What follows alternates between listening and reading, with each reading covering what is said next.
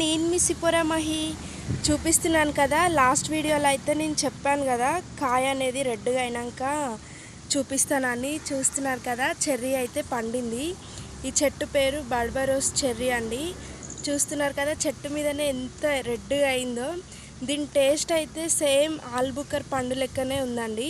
చాలా బాగుంది. మీకు కూడా ఇలాంటి చెట్లు కావాలంటే రజిత నర్సరీకి రండి. రజిత నర్సరీ ఎక్కడ అనుకుంటున్నారా? Warangal road, Huzurabad Rajitha nursery.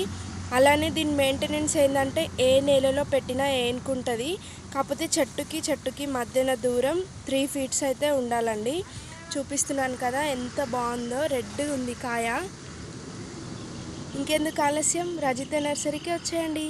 ఇలాంటి వీడియోస్ కావాలంటే సిపోరా మహి యూట్యూబ్ ఛానల్ సబ్స్క్రైబ్.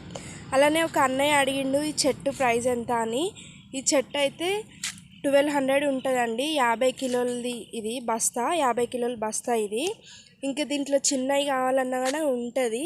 ఒక్కటి 600 పడుతుంది. సో చిన్నవి కావాలంటే మీరు ఆర్డర్ పెట్టుకోండి, మేము ఎక్కడికైనా పంపిస్తాం. Thank you for watching.